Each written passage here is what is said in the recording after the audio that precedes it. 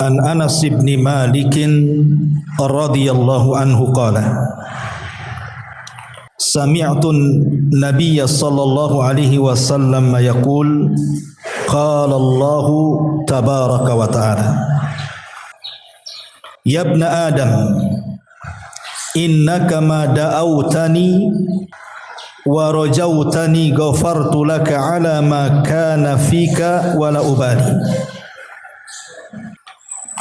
Ya ibn Adam law balagat dhunubuka anana as-sama thumma astaghfartani ghafartu laka wa la ubali Ya ibn Adam innaka law ataitani bi qurabil ardi khataya thumma lakitani la tusyrik bi syai'an la ataituka bi qurabiha maghfiratan rawahu Tirmidzi wa sahhahahu Ibnul Qayyim wa hassanahu Albani rahimahullahu taala.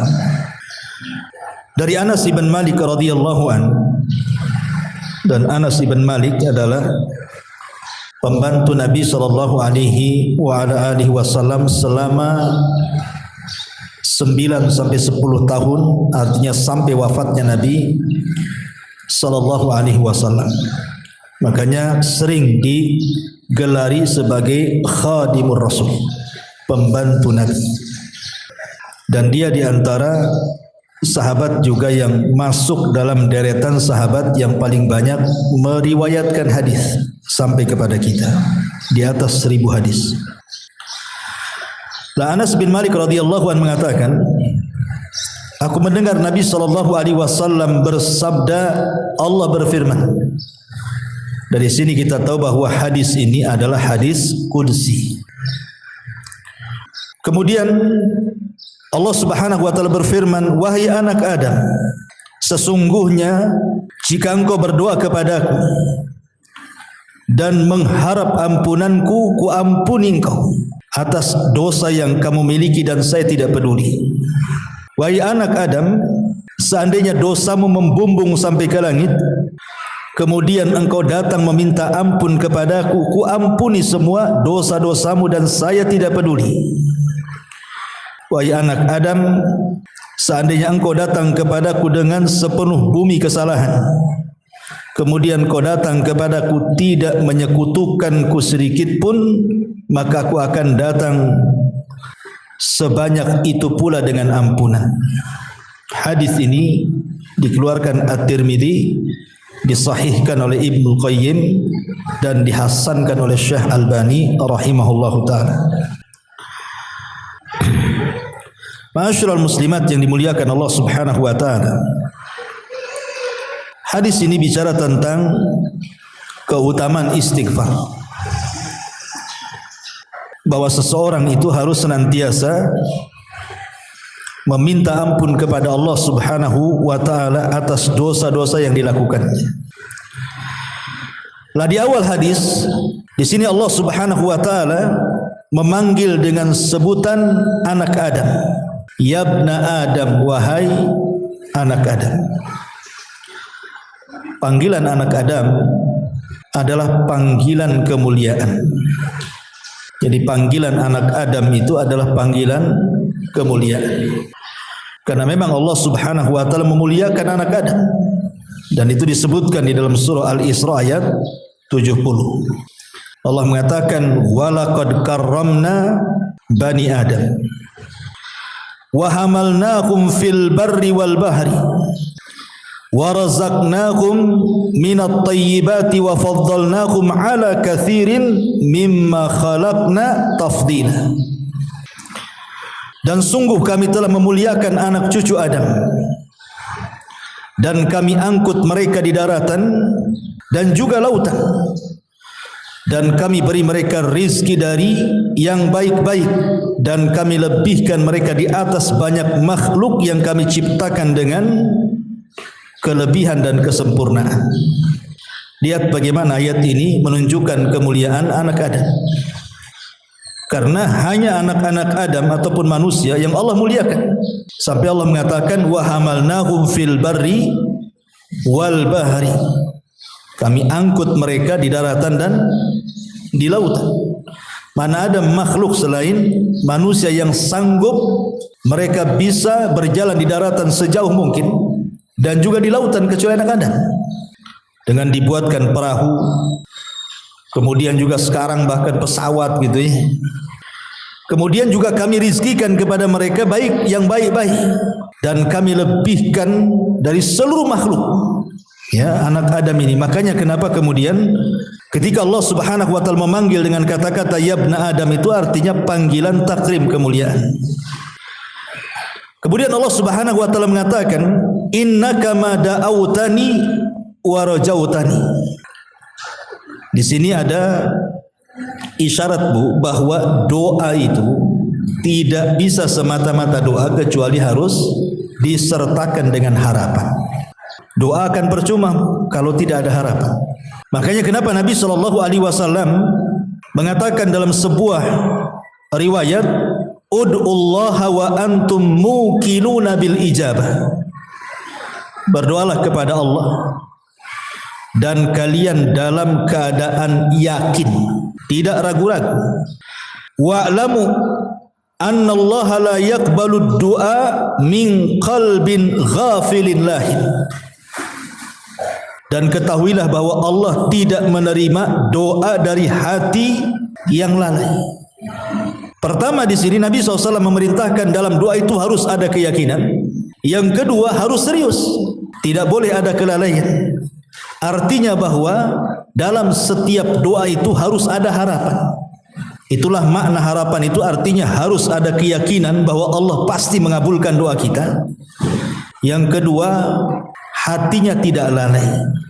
Betul-betul penuh dengan harapan dengan doanya bahwa pasti Allah akan mengijabah setiap permintaannya. Sebab begini Bu, logikanya. Allah Subhanahu wa taala ketika mengabulkan doa kita itu, kan sering saya ulang-ulang bahwa cara pengabulan itu kan ada macam-macamnya. Ada yang memang ketika berdoa itu langsung dikasih cash gitu ya. Hari ini berdoa, sehari, 2 hari atau sebulan, 2 bulan, tiba-tiba Allah kabulkan untuk permintaan kita. Ada yang seperti itu.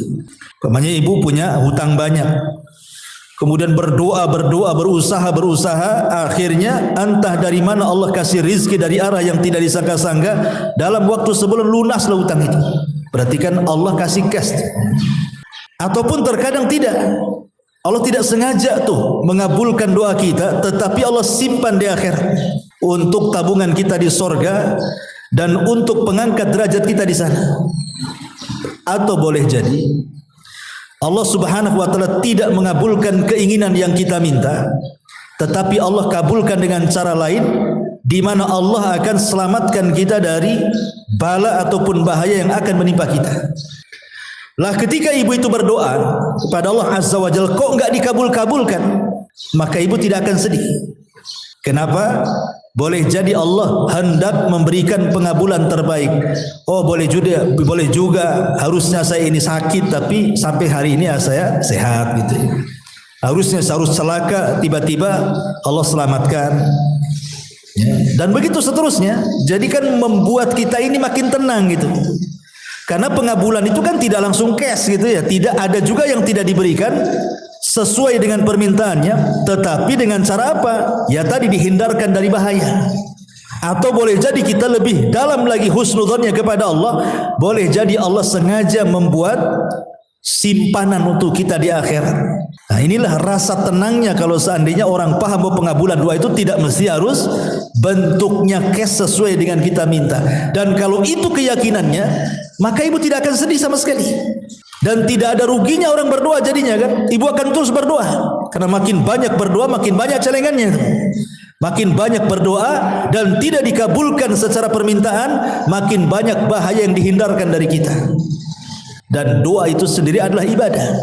Makanya di sini Nabi SAW menganjurkan kepada kita untuk menggandengkan antara doa dan harapan. Antara doa dan harapan. Karena itu di antara salah satu penyebab doa mustajab. Ya.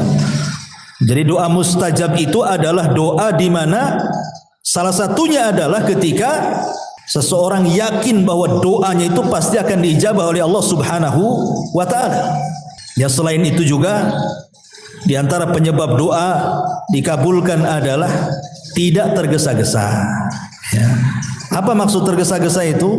Maksud tergesa-gesa itu dia seolah-olah kemudian tidak terima dengan doanya dan mengatakan da'autu falam yastajibli.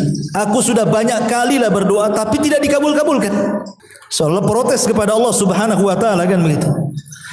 Lah justru ketika seseorang kemudian mengatakan aku sering berdoa tapi tidak dikabulkan, malah enggak dikabulkan, karena itu bentuk istijal. Atau boleh jadi di antara syarat pengabulan doa itu karena boleh jadi isi doanya itu mungkin ada hal-hal yang berbau dosa, berbau maksiat gitu ya, atau memutus silaturahim, ya tidak akan dikabulkan lah, kan begitu. Kalau kandungan doanya itu yang diminta.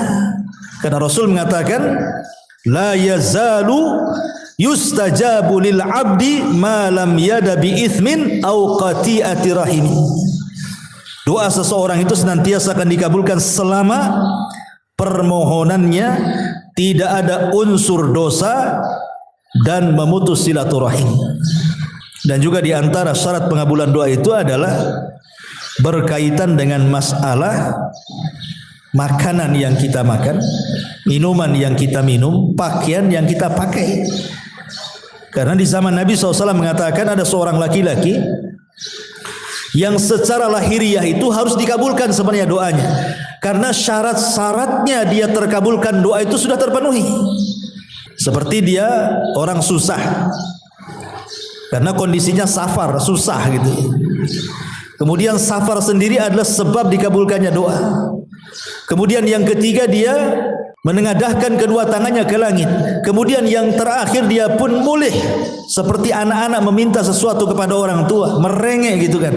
Ini kan 4 perkara di antara mustajab doa. Kalau terkumpul 4 perkara dalam hadis itu, menengadahkan tangannya ke langit dan dia dalam kondisi susah, kemudian safar pula dan dia merengek-rengek kepada Allah, harusnya diijabah, tapi tidak diijabah kan? Kemudian Rasul menjelaskan kenapa orang seperti dia harusnya dijabah tapi tidak dijabah. Bagaimana akan dijabah, kata Rasul? Makanannya haram yang dia makan, minumannya haram yang dia minum, pakaiannya dia pun dibeli dari hasil yang haram yang ia pakai. Macam mana akan dikabulkan? Ya. Maka perkara-perkara seperti ini juga masuk dalam kategori syarat-syarat dikabulkannya sebuah doa. Tapi yang jelas bahwa dalam hadis ini ada faedah bahwa doa itu tidak bisa dilakukan kecuali disertakan dengan harapan. Harapan yang kuat kepada Allah Subhanahu wa taala. Baik, kemudian juga di antara faedahnya di sini adalah al-istighfar mahma azumatiz dzunub. Sebanyak apapun dosa, sebesar apapun dosa, kalau setiap hari ibu gempur dengan istighfar, pasti dosa itu akan lebur dengan sendirinya. Karena dalam hadis ini Nabi mengatakan, Allah berfirman, wahai anak Adam, jika dosamu loh balagot dzunubuka ananas sama, mencapai atau melambung sampai ke anan. Ada yang mengatakan anan itu di atasnya langit, saking banyaknya. Jadi dosanya itu sampai melintasi langit lagi. Langit udah tinggi itu, di atas langit lagi itu dia melintasi sana. Itu disebut anan namanya. Ada yang mengatakan anan itu artinya awan. Ada yang mengatakan anan itu ya artinya sesuatu yang tinggi yang kita lihat. Tapi pendapat yang lebih dekat wallahu alam, anan itu artinya melintas langit. Jadi di atasnya langit lagi itu disebut anan. Jadi kalau seandainya dosanya itu sampai melintas lagi langit gitu loh, itu kan banyak sekali tuh. Tapi kalau seandainya kata Allah, "Tsumma astaghfartani," kalau engkau meminta ampun kepadaku, kata Allah, "Ghafartu laka," ku ampuni, bahkan wala ubali, enggak akan kupedulikan dosamu. Tidak akan dipedulikan gitu. Nah, makanya dari sini sebesar apapun dosa kita, faedahnya adalah sebesar apapun dosa kita yang kita lakukan, kalau kita betul-betul datang kepada Allah Subhanahu wa taala meminta ampunan, pasti Allah ampuni. Dan itu sesuai dengan surah Az-Zumar ayat 53. Qul ya ibadiyalladzina asrafu ala anfusihim la taqnatu min rahmatillah innallaha yaghfiru dzunuba jami'a innahu huwal ghafurur rahim. Katakanlah, hai hamba-hambaku yang melampaui batas terhadap diri-diri mereka sendiri, janganlah kalian berputus asa dari rahmat Allah. Sesungguhnya Allah mengampuni dosa-dosa semuanya. Sesungguhnya dialah yang maha pengampun lagi maha penyayang. Lihat, Allah mengatakan apa? Innallaha yaghfiru dzunuba jami'a. Allah akan mengampuni semua dosa.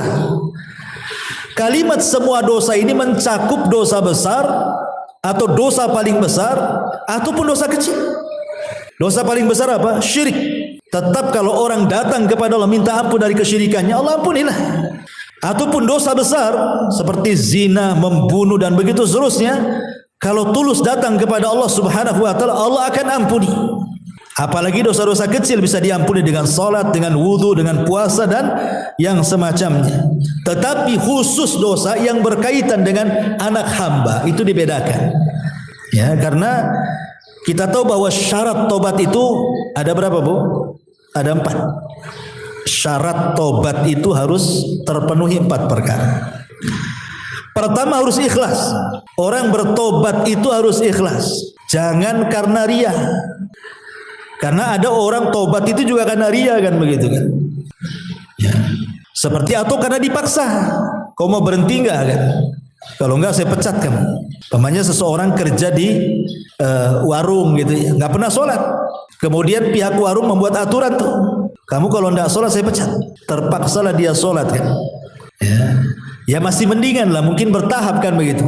Tapi kalau tobatnya hanya karena ingin tetap kerja di situ, hanya karena ingin dapat gajian setiap bulan, yang enggak diterima lah tobatnya. Dia bukan karena Allah kan begitu. Atau karena ria-ria saja. Dulu waktu pakai jilbab nampak tak cantik gitu. Habis pakai jilbab kok cantik juga rupanya saya pakai jilbab ini. Ahlah bagus saya pakai jilbab lah kan. Biar orang memuji saya. Itu enggak akan terima tuh pakai jilbabnya. Ya. Jadi yang pertama harus ikhlas. Yang kedua an-nadamu ala fi'lil maksiyati. Harus ada penyesalan terhadap perbuatan maksiat yang dilakukannya sampai dia merasa sedih dengan maksiatnya itu. Kepikiran, sedih rasanya. Kenapalah saya berbuat seperti itu? Kenapa saya harus begitu? Kenapa saya harus begini gitu ya. Jadi penyesalannya itu sampai ke tingkat sedih gitu. Kemudian yang ketiga al-iqla'anil maksiati fauran. Harus lekas ditinggalkan maksiat yang dilakukannya. Tinggalkan. Jadi kalau dia minum khamar ya tinggalkan khamarnya. Jangan pernah dekat-dekat lagi. Dan kalau lihat botolnya saja benci dia. Kemudian yang keempat al-azmu ala alla yauda ila tilkal maksiati mustaqbilan. Dia berjanji untuk tidak kembali ke maksiat yang pernah dilakukannya. Itu disebut syurutut taubah namanya. Ikhlas, adanya penyesalan, langsung meninggalkan maksiat, berjanji untuk tidak kembali. Ini kalau seandainya berkaitan dengan dosa yang ada hubungannya dengan diri dan kepada Allah Subhanahu wa taala. Tapi kalau dosa kepada orang lain, ada tambahan. Tambahannya apa, Bu? Harus mengembalikan kezaliman yang pernah dia zalimi. Kalau dia ngambil barang, kembalikan. Kalau dia pinjam uang, kembalikan. Kalau dia mungkin bisa menyakiti, ya minta maaf. Seperti menggibah dan begitu seterusnya. Memulihkan nama baiknya. Ustaz, saya sudah cari orangnya yang pernah saya ambil uangnya. Tak ketemu pula kan. Mungkin sudah pindah perumahan. Kalau memang tidak diketahui, cari dulu. Punya saudara tidak? Punya ahli waris tidak? Kemudian kalau ibu mengatakan boro-boro ahli waris, gak kenal pun tak kenal dia. Itu pun kenal waktu jadi tetangga. Cemana saya cari-carinya gitu ya. Kalau memang kita sudah tidak bisa menemukan orangnya, tidak bisa menemukan saudaranya dan ahli warisnya, maka ibu sedekahkan. Dan diniatkan kepada orang yang kita ambil uangnya. Diniatkan sedekah. Bukan kita yang bersedekah, dia yang bersedekah dengan uangnya. Dan ibu harus senantiasa beristighfar kepada Allah Subhanahu wa taala. Bagaimana kalau seandainya, Bu, Ada ibu ini sudah mengembalikan, tahu orangnya, sudah mengembalikan, tapi orang itu tidak terima. Tidak terima tuh. Walaupun diterima itu ya sambil ngutuk-ngutuk tuh. Ya. Dulu kau ambil uangku itu aku lagi butuh. Nah, sekarang kau balikan aku udah kaya katanya. Kebanyakan itu ya. Gimana tuh sakit hati gitu ya. Maka tetap kita harus minta ampun. Minta maaf kepada orang tersebut sampai dia bisa memaafkan. Kalau tidak dimaafkan, yang penting sudah kita kembalikan hak dia. Kemudian kita minta ampun kepada Allah Azza wa Jal. Mudah-mudahan Allah ampuni dosa kita. Kan sudah ada upaya kita namanya ya. Sudah ada upaya gitu ya.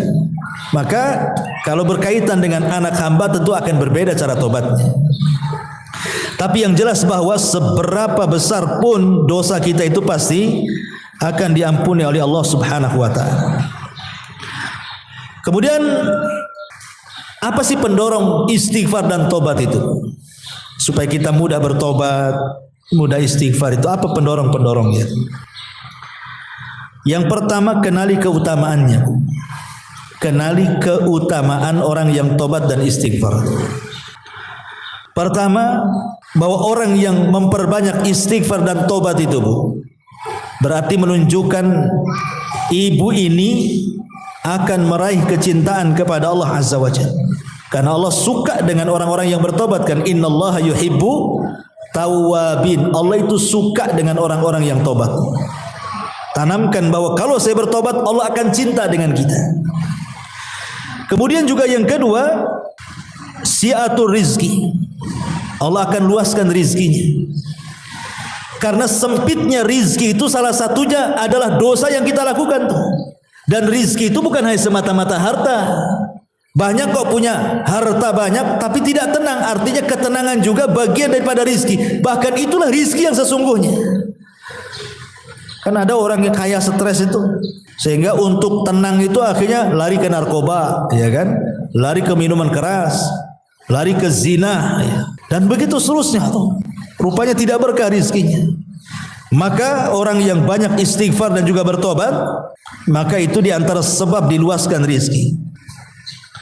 Hasan al-Basri rahimahullahu ta'ala, seorang pemimpin tabi'in kan, didatangi 3 orang yang tiga-tiganya ini berbeda masalah dan kasusnya.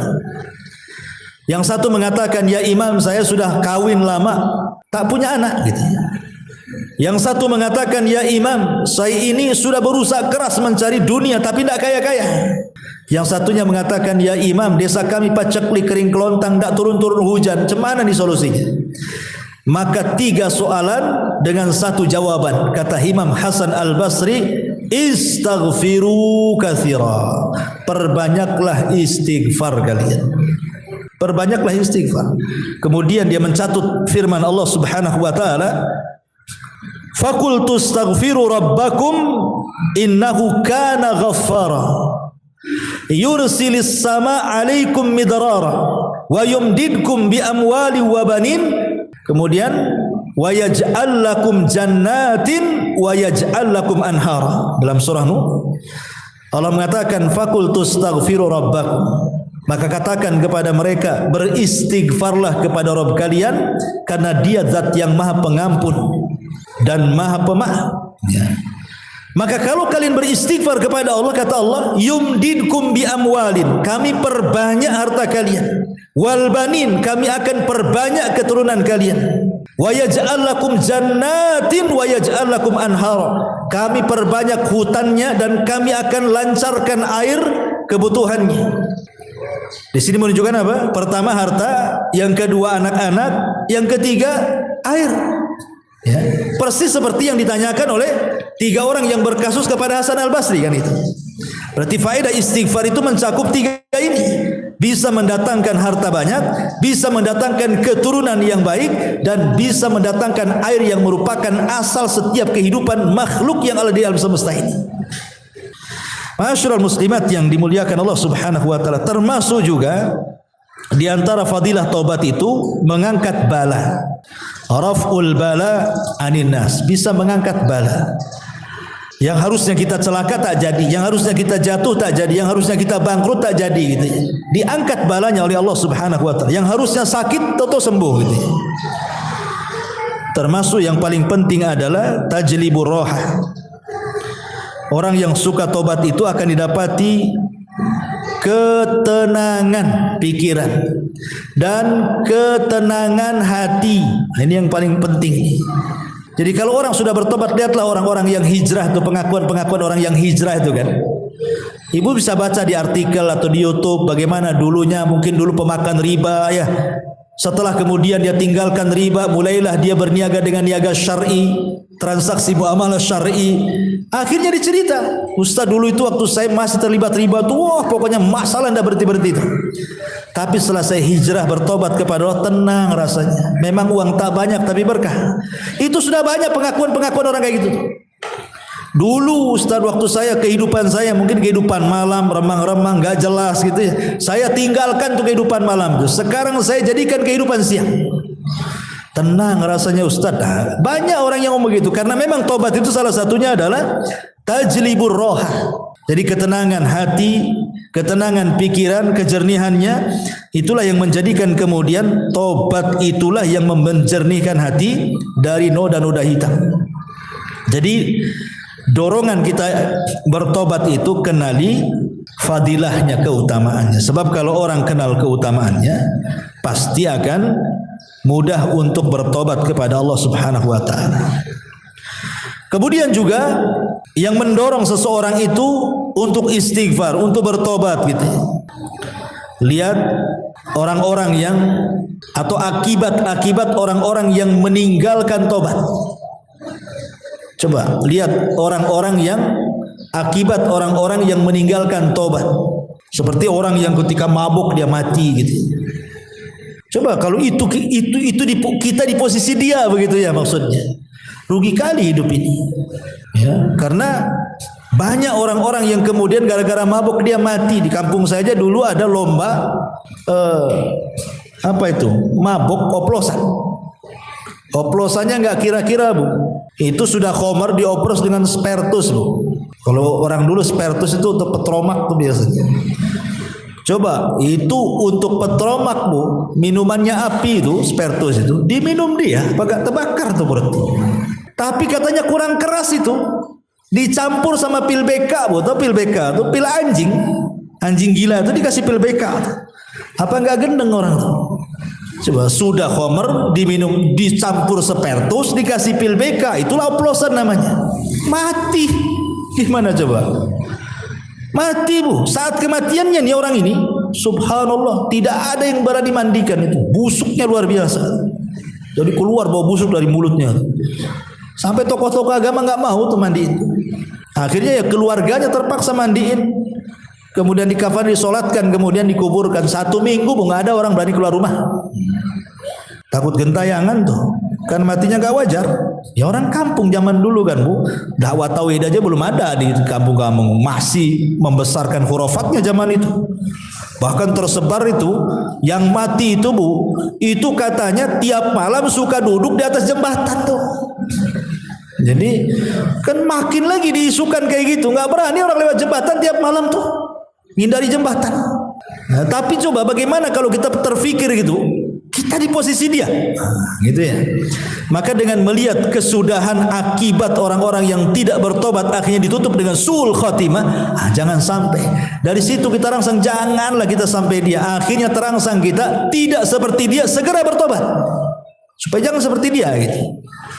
Seperti kasusnya seorang syekh bercerita kan, ada anak gadis itu cantiknya luar biasa, mahasiswa ya, pokoknya bintang kelasnya itu.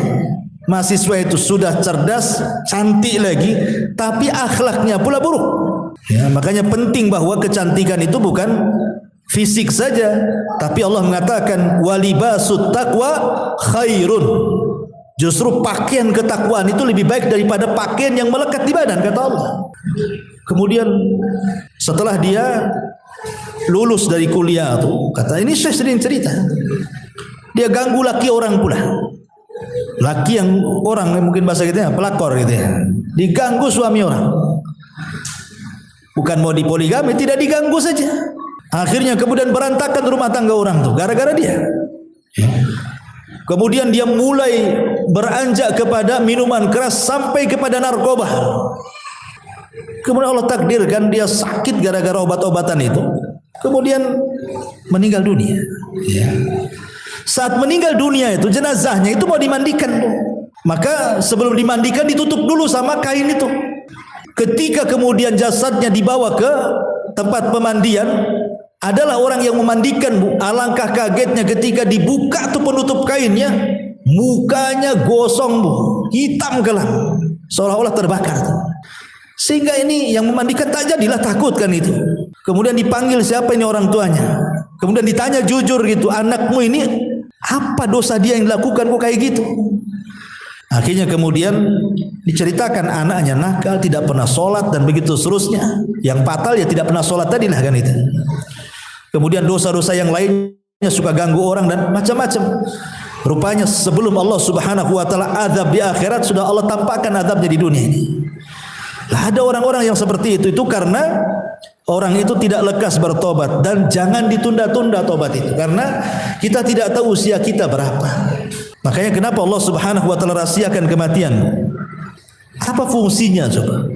Allah rahasiakan kematian itu supaya kita bisa bertobat cepat-cepat. Karena yang namanya kematian itu kan tidak peduli siapa kita gitu ya. Yang kecil mati, yang muda mati, yang tua mati. Yang kaya mati, yang miskin mati, pejabat mati, rakyat mati, semua mati karena tidak ada waktu kematiannya. Bahasa para ulama itu kematian itu sirrullahi azza wa jalla, itu rahasia Allah. Sebab kalau seandainya kematian itu diberitahu, Bu, ya ada enaknya ada enggaknya kan itu. Ya kalau enaknya alhamdulillah lah kita bisa persiapan. Namanya setiap ibu didatangi malakul maut lah. Bu, besok ya kira-kira seminggu lagi mati loh ya. Ibu ini tahu seminggu lagi mau mati, Bu. Kira-kira selera makan nggak, Bu? Ya. Saya nggak yakin nggak selera makan, nggak akan selera makan. Ya, buat apa saya makan enak? Minggu lagi mau mati saya. Itu juga kalau dikasih tahu kematiannya, Bu, ya kan? Mau diajak kemana aja nggak selera dia, karena dia tahu seminggu lagi mau mati. Itu nggak enaknya itu kalau dikasih tahu mati itu. Tapi ya enaknya kalau usianya masih panjang. Pamannya dikasih tahu nih, ibu sekarang usia 30 tahun, nanti 100 tahun lagi masih bisa hidup lah kamu. Masih panjang lah, bisa lah orang itu suka-suka berbuat dosa kan. Kan kematian saya masih 100 tahun lagi, nanti 2 hari lagi mau mati saya tobat ya. Tetapi Allah Subhanahu wa taala kan tidak seperti itu. Allah rahasiakan kematian sehingga tidak ada yang berputus asa di situ dan tidak akan ada orang yang takut dengan kematian. Makanya kata Buya Hamka, dia mengatakan orang yang takut mati itu adalah sebodoh-bodohnya orang. Karena setakut-takutnya orang mati pasti mati. Ya, setakut-takutnya dia mati dan menghindari kematian pasti mati juga dia. Lalu kenapa harus takut dengan kematian? Hadapi saja kematian itu.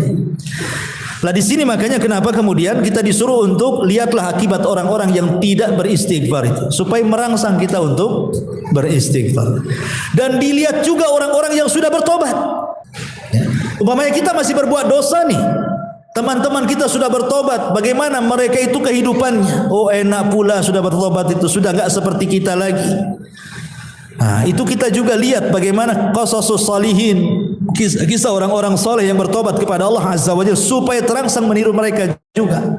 Bukan melihat akibat dampak orang yang tidak bertobat juga, lihat juga dampak orang yang bertobat tuh, supaya terdorong kita untuk bertobat kepada Allah Subhanahu wa taala.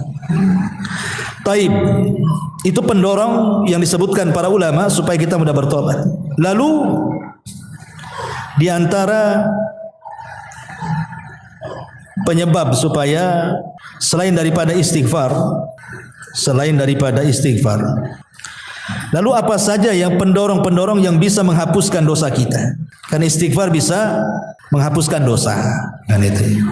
Ada enggak amalan-amalan di luar daripada istighfar yang bisa menghapuskan dosa-dosa kita? Maka ulama mengatakan dia ada. Seperti apa? Seperti sedekah. Sedekah adalah perkara yang juga bisa menghapuskan dosa-dosa kita. Kemudian juga al-muhafadzatu 'ala shalah, menjaga salat juga bisa menggugurkan dosa-dosa kita. Makanya ada hadis yang mengatakan, bagaimana pendapat kalian kalau seandainya di pintu depan rumah kalian ada sungai yang jernih, bersih, tidak ada kotoran. Engkau mandi 5 kali sehari di situ. Kira-kira aku bersih atau 5 kali mandi sehari? Ya bersihlah. Itulah solat. Bisa membersihkan dosa kalau dibersihkan 5 kali sehari. Maka jaga solat, karena itu bisa menggugurkan dosa. Kemudian juga muwafaqatul musalli lil hamdi ma'al malaikati akbar raf'i minar ruku'. Mencocoki orang salat dengan ucapan sami Allahu liman hamidah seorang imam saat bangkit dari ruku'. Sebagaimana hadis mengatakan, idza qala al imam sami Allahu liman hamidah faqulu rabbana lakal hamd fa innahu man wafaqa qauluhu qaulal malaikati ghufira lahu ma taqaddama min dambi. Apabila imam mengatakan sami Allahu liman hamidah, kemudian Allah katakan rabbana walakal hamd, maka barang siapa yang mencocoki ucapan rabbana walakal hamd, ya, dengan ucapan imam dan ucapan para malaikat, maka Allah akan ampuni dosa-dosanya. Makanya jangan mendahului imam. Ya, kalau mendahului imam kan duluan dia jadinya kan ngomongnya. Nah, padahal kita disuruh untuk mengikuti imam. Ya, kalau mendahului imam enggak akan dapat pahalanya, orang diampuni dosanya. Kemudian juga zikir yang warid setelah azan. Apa zikir yang warid setelah azan? Man qala hina yasma' al-muadzin, barang siapa yang berkata ketika ibu mendengar muadzin sedang azan, asyhadu an la ilaha illallah wahdahu la syarikalah wa anna muhammadan abduhu wa rasuluh raditu billahi rabba wa bil islami dina wa bi muhammadin nabiyan wa rasula ghufira lahu dzambuhu, maka dosanya akan diampuni. Jadi ibu kalau mendengar suara azan, ya suara azan, kemudian selepas azan kan ada doa selepas azan tuh. Tambah ini, asyhadu an la ilaha illallah wahdahu la syarikalah wa anna muhammadan abduhu wa rasuluh raditu billahi rabba wa bil islami dina wa bi muhammadin nabiyan wa rasulah. Kemudian juga isbag al wudu, berusaha untuk menyempurnakan wudu. Jadi umpamanya ibu waktu-waktu kan terkadang greges-greges gitu ya, nggak enak pegang air itu, tapi ibu paksakan wudu selama tidak memadaratkan ya. Maka ketika ibu menyempurnakan di saat ibu tidak suka memegang air itu, justru disitulah keutamaan ibu akan dihapusi dosa-dosanya. Kemudian juga di antara penyebab diampuni dosa selain daripada istighfar adalah zikir ketika ibu menggunakan pakaian. Man labisa sauban, barang siapa yang memakai pakaian, faqala, dan dia mengatakan alhamdulillahilladzi kasani hadza tsaub wa razaqanihi min ghairi haulin minni wala quwwah ghufira lahu ma taqaddama min dzambi wa ma ta'akhkhar. Siapa yang ketika menggunakan pakaian ibu berdoa kepada Allah, alhamdulillahilladzi kasani hadza tsaub wa razaqanihi, segala puja dan puji kepada Allah yang telah memberikan pakaian kepadaku, pakaian ini, dan telah memberikan rizki dengan pakaian ini kepadaku, min ghairi haulin minni wala quwwah, tanpa ada daya dan kekuatan dariku. Maka bacaan ini, kata Rasul, bisa menghapuskan dosa-dosanya yang telah dan yang akan datang. Kemudian juga zikir seketika selesai makan. Zikir ketika selesai makan. Man akala ta'aman, siapa yang selesai makan kemudian dia berdoa, alhamdulillahilladzi at'amani hadzal ta'am wa razaqanihi min ghairi haulin minni wala quwwah ghufira lahu ma taqaddama min dambi. Barang siapa yang berdoa selepas makan, segala puji hanya milik Allah yang telah memberikan makan kepadaku dengan makanan ini dan telah memberikan rizki dengan makanan ini kepadaku, tidak ada daya dan kekuatan dariku kecuali milik Dia, maka Allah ampuni dosa-dosanya. Termasuk juga zikir selepas solat. Kemudian berusaha untuk takut kepada Allah baik ketika sendirian ataupun di tengah keramaian. Kemudian qiyamul lail. kemudian berdoa setelah qiyamul lail, kemudian berdoa di sepertiga malam akhir sebagaimana hadis tentang turunnya Allah, kemudian sabar ketika bala gitu ya, kemudian juga zikir-zikir yang disyariatkan baik pagi ataupun petang, termasuk juga puasa sunnah, Senin, Kamis, puasa Daud, puasa Ayyamul Bid gitu ya. Kemudian hadir di majelis-majelis orang-orang soleh. Ya seperti ginilah majelis-majelis taklim gitu ya. Karena orang yang bermajelis taklim itu kalau dia pulang Bu, apa kata Rasul? Kumu maghfuran lakum. Pergi engkau sudah diampuni dosa. Jadi ibu datang ke majelis taklim, paham enggak paham yang disampaikan ustadznya, yang penting duduk ya. Ya ngatur-ngatur sedikit gitu ya. Kemudian pulang Bu, maka Rasul mengatakan kumu maghfuran lakum. Bangkit, kalian sudah diampuni dosa-dosanya. Coba ya kan. Hanya duduk di majelis taklim saja. Duduk di majelis taklim saja sudah enak. Ya. Kemudian juga melaksanakan haji dan umroh.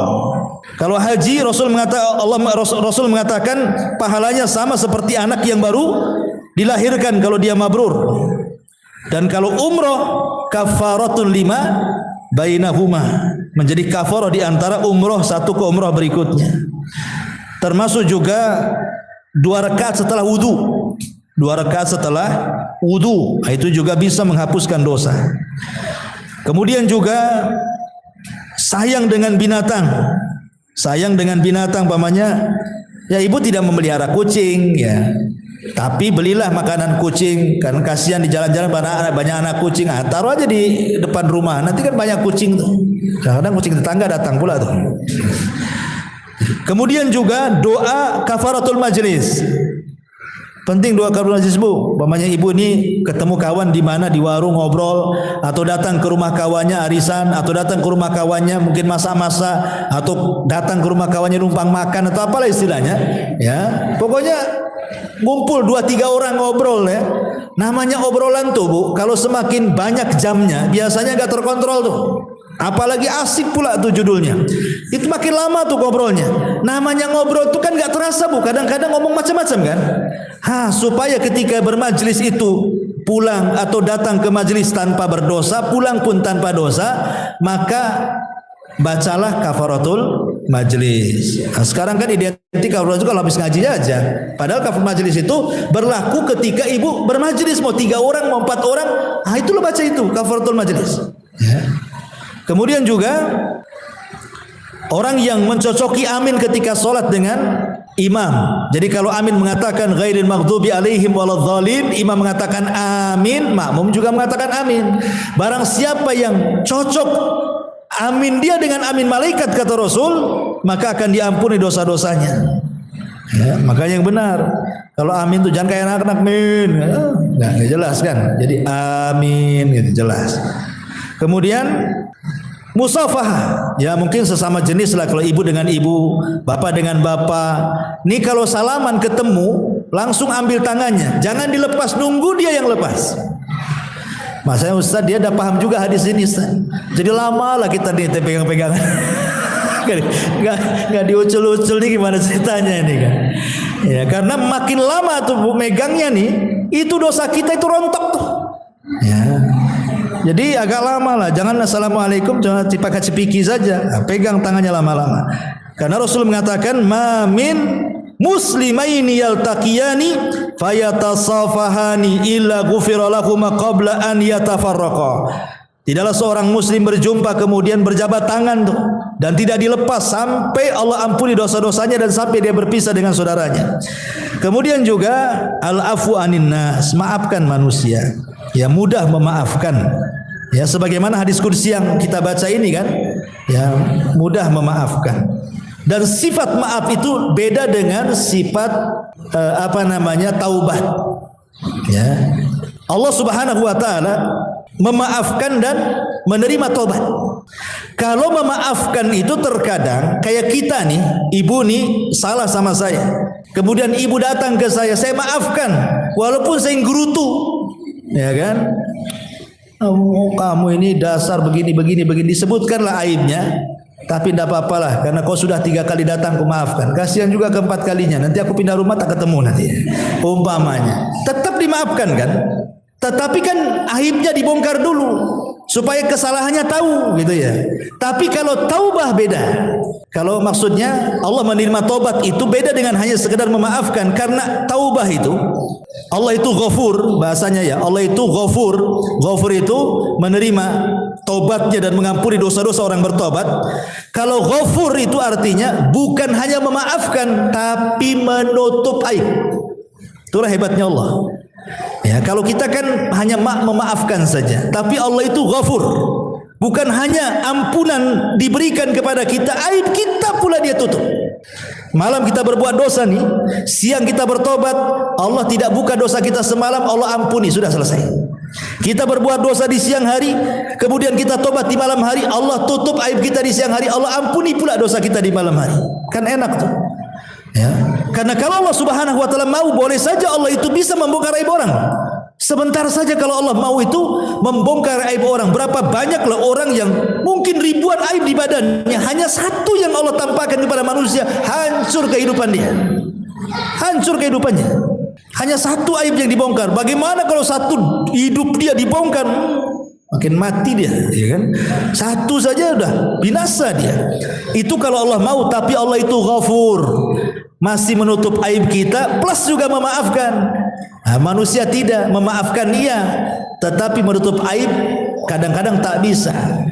Tadi saya ketemu si Anu, nggak kenapa? Dia datang minta maaf. Ibu maafkan, saya maafkan. Tapi memang dia kurang ajar lah. Tadi bilang memaafkan, sekarang bilang kurang ajar. Ini gimana ceritanya? Kadang-kadang kan selesai, kalau sudah maafkan sudahlah. Itu namanya ghafur. Lah Allah itu punya sifat yang seperti itu. Yang luar biasa kita punya Tuhan itu menutup aib dan juga memaafkan. Termasuk juga di antara hal-hal yang bisa menggugurkan dosa selain istighfar adalah al-julus fil masjid. Duduk di masjid, Bu. Nah, kayak ibu ini kan duduk di masjid nih. Sudah duduk di masjid, belajar lagi gitu kan. Keutamanya double, makin dihapuskan dosa-dosanya.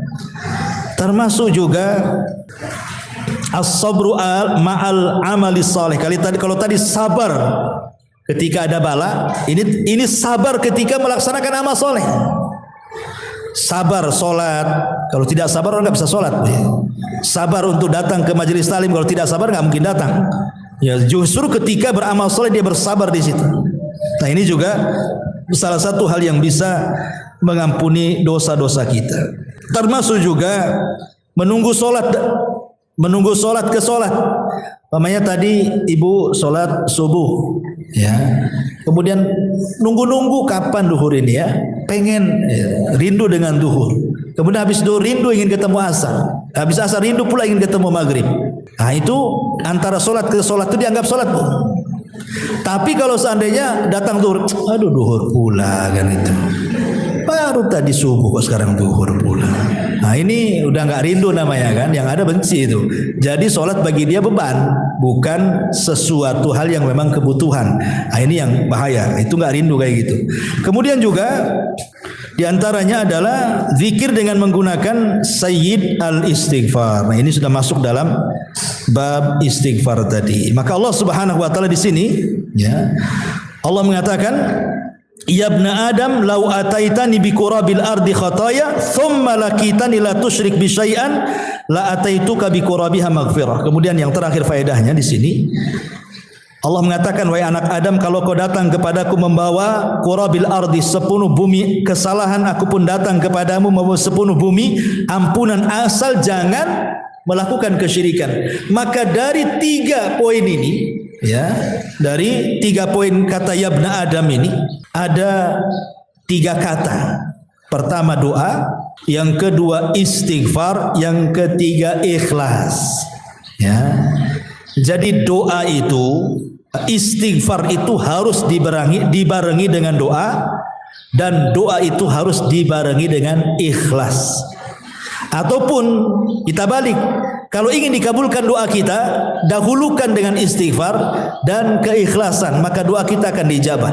Kalau kita ingin diampuni dosa-dosanya selain daripada istighfar, berdoa kepada Allah, kemudian ikhlaskan doanya, jangan menyekutukan Allah, maka dosa-dosa kita pun akan diampuni.